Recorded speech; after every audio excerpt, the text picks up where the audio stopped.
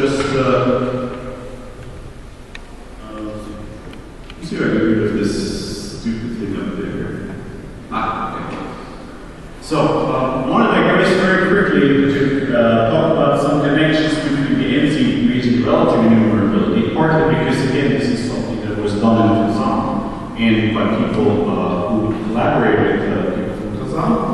So the first theorem I want to highlight, there's a whole bunch of theorems in 90s that were proving this connection.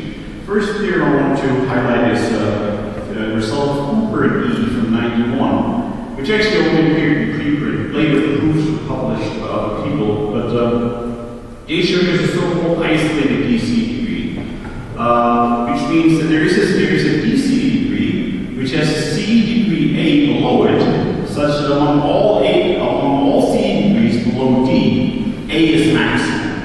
So basically the structures, there is a, see, I don't have a blackboard here that I can actually use that everybody can see. So think of that there's a DC degree up here, and then all the C degrees below it are in this cone below A, right?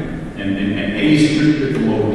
So that's one result. Also notice by Lachmann's result, of course, since D is C equal in some C degree below it, that actually means that D must be C in A in particular. Also, there's a non-isolated DC degree. That means that the C degrees below D do not have a maximum element. Okay, so that's sort of the opposite. So they show both of these results. And then, Ishmuhametov, who I believe is in the audience somewhere, proved a related result, which I really like. I think it's a really neat result. And it said that there's a DC degree for which is a unique such degree, which is CE, such that D is CE in, oops, there's my first typo. This should be an A here. This D, this should be an A, of course. So basically what we have is we have D, we have an A, and this is, A is the only degree such that D is CE in A, and A is CE. Then he showed something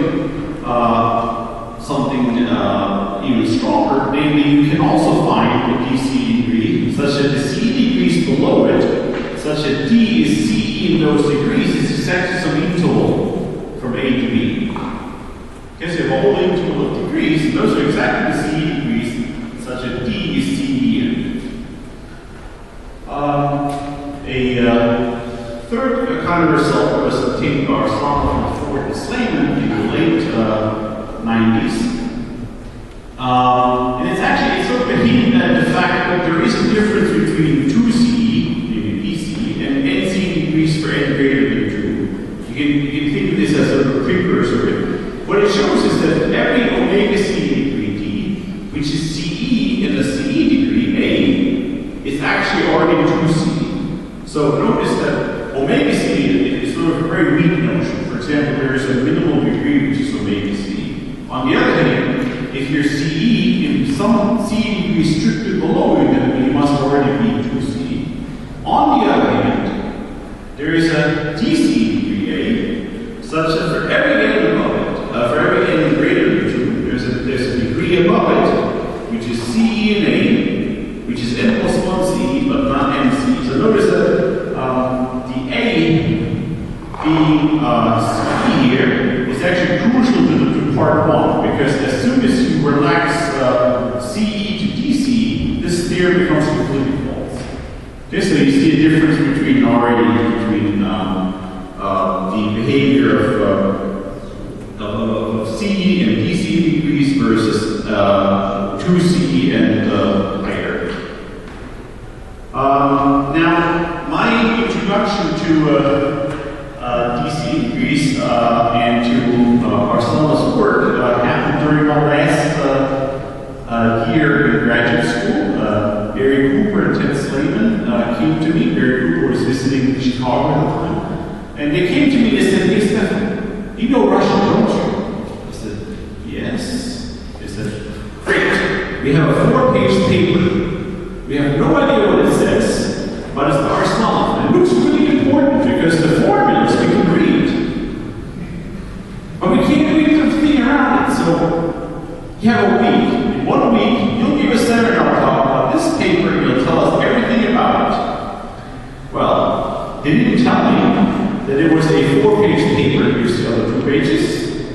And they also didn't tell me that it was published in a journal called Doklad, which is a journal that doesn't publish proofs. So basically what they expected me to do is in 1 week to read the paper in Russian, which, okay, that part was okay. Secondly, I had to understand the theorems.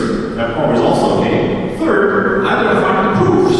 That is hard, because the proofs here are about 5 lines each. And usually, ending the comment, the rest of the proof follows by the usual priority argument, which to me was not sufficient proof, at least not by the standards of the University of Auburn logic seminar, as I was told in one certain terms. In any case, so there are 2 main theorems in this paper. One of them is this theorem 1 on the left bottom there, which unfortunately actually happens to be false. We'll glitch over that. The other theorem, however, is this theorem 3 right there, which I will write in a more legible and much larger notation in a second. And that was actually a theorem which was very interesting for me, because it shows an elementary difference between the CE and the DCE degrees. So let me highlight this theorem now a little more carefully. So here it is written out in English and also in a much larger font. So 85 was the publication of the Doklad preprint, and 88 was the publication of the actual paper. So our scholars show that every DCE degree D comes to 0 prime in the DCE degrees. Namely, there's another DCE degree E which is incomplete, such that D joined E is 0 prime. And the same thing actually holds for all NCE degrees. This actually follows just by law. So by Gates, this is an unpublished result from the early 70s, we know that this statement up there fails for the CE degrees. So in elementary difference, because I can write the statement here in a first order way. So our scholar found an elementary difference between the CE degrees and the DCE degrees. Later on, other such differences were found. For example, Downey in 89 showed that there are 2 non-zero DCE degrees, D and E, which cap down to 0 and which join up to 0 prime. And of course, the non-binary theorem shows that this cannot hold for the CE degrees. So we have again an elementary difference, and in fact, we have a sigma 2 elementary difference. Our Solom's first difference was actually only sigma 3 elementary, but this is sigma 2 elementary difference, slight improvement here, between the CE degrees on the one hand and the NCE degrees on the other hand for variable 2. The third difference was given by theorem many authors, which actually was 3 separate groups who all had worked on this result at some point or other, and we found this idea to publish it jointly. And the theorem is that there's a maximum incomplete DCE degree. So the DCE degrees are not dense. And in fact, you can show that D is also maximum the alpha Z degrees for any alpha greater than or equal to up to 2 and including omega. So the alpha Z degrees are also not dense. This, by the way, this result, by the way, is the main topic that I talked about when I first came to Kazan in 1991. So we spent many hours talking about this particular proof, and I will modify it. So just to show again, this shows DCE degrees, of course, are dense by Sachs density. So therefore, we have another sigma 2 elementary difference between the C degrees and the alpha C degrees for alpha and 0 and omega. Also, I should mention this earlier already.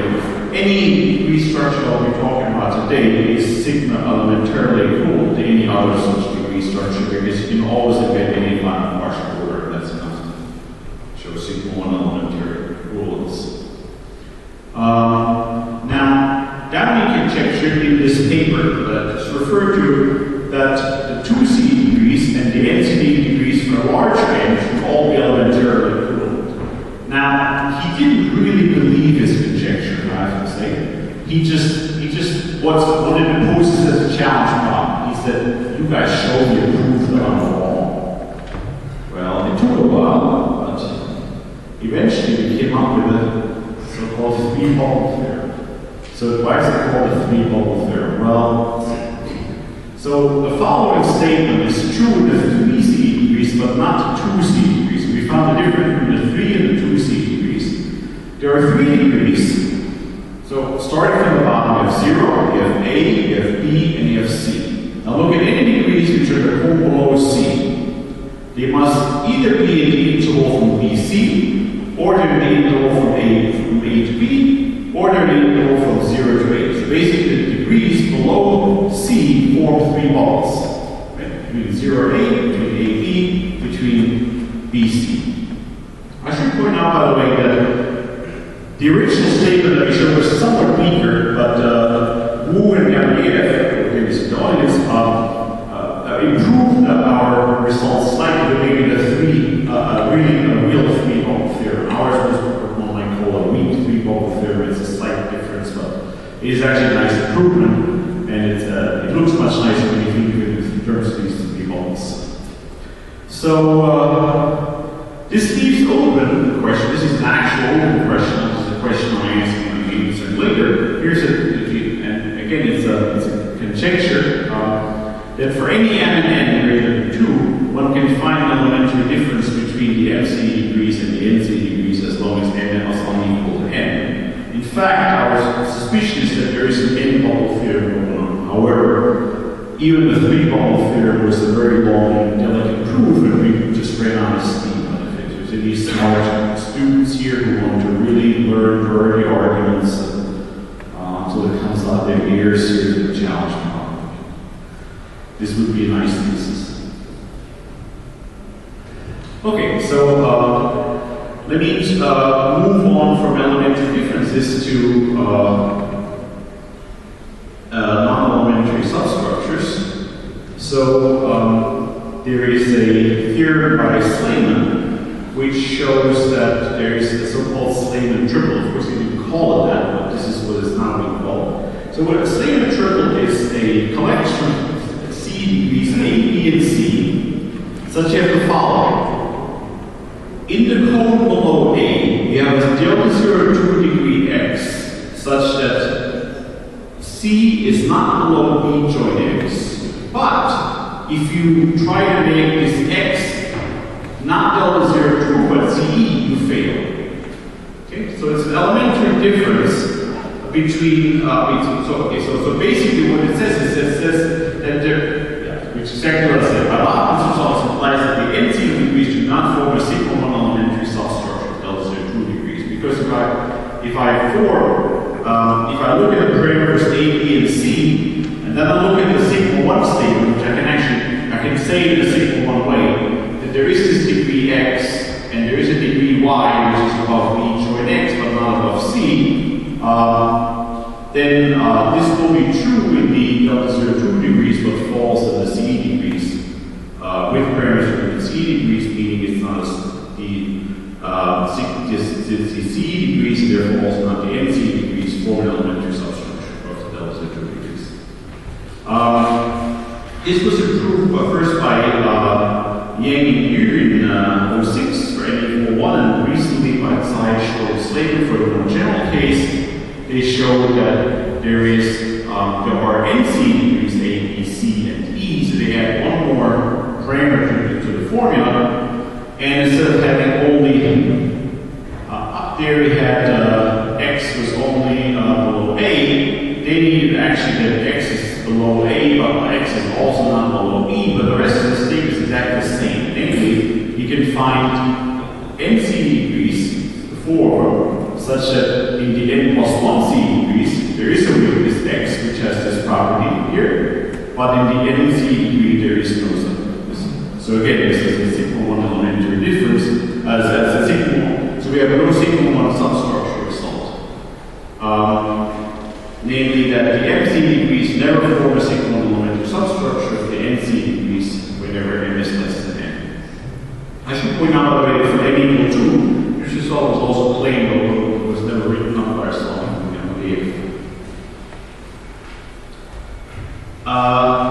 As for undecidability, so I showed and Slane in the same paper recently showed that if you're given an n greater than 1 and a partial computable order omega, with this funny lesson, this is a non-standard order of the natural numbers, but it's a computable partial order, then there are C degrees B and C, and also the uniformly NC degrees A and DI, so they have infinite orders, and they can code this order in the following sense.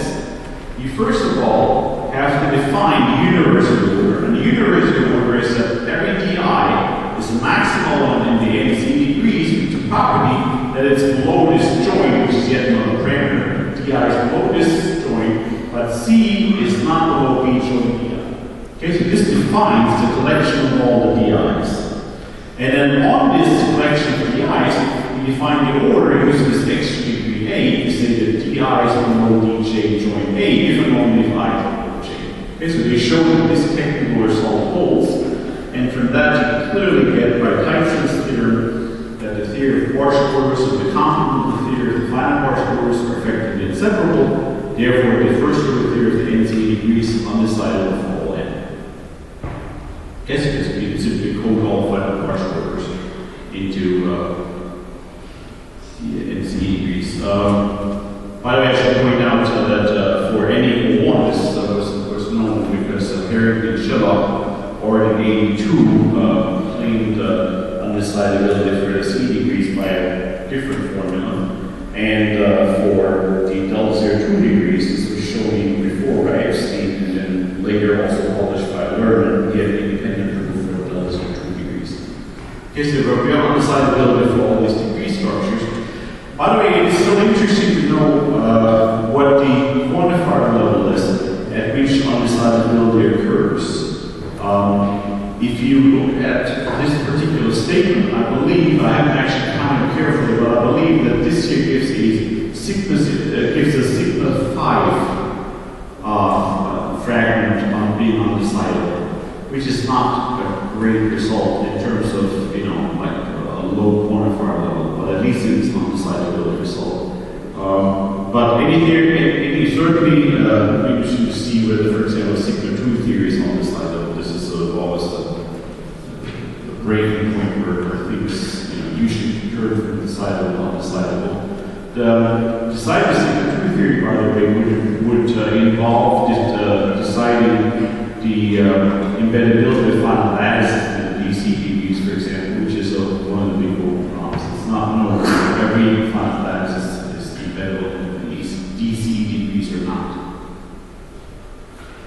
And finally, my conjecture is that one can do better than undecidability, namely, one can even show that the first order theory of the NC degrees is as complicated as true first order arithmetic. This is a result which, of course, has already been shown by Harrington, Slane, and Wooden, actually, in 2 teams, but it's all that was unpublished in the 80s, it was only written up in the 90s, involving these also, for the C degrees, and Richard Shore showed this for delta 02 degrees. Okay, so I think this is the end of my survey.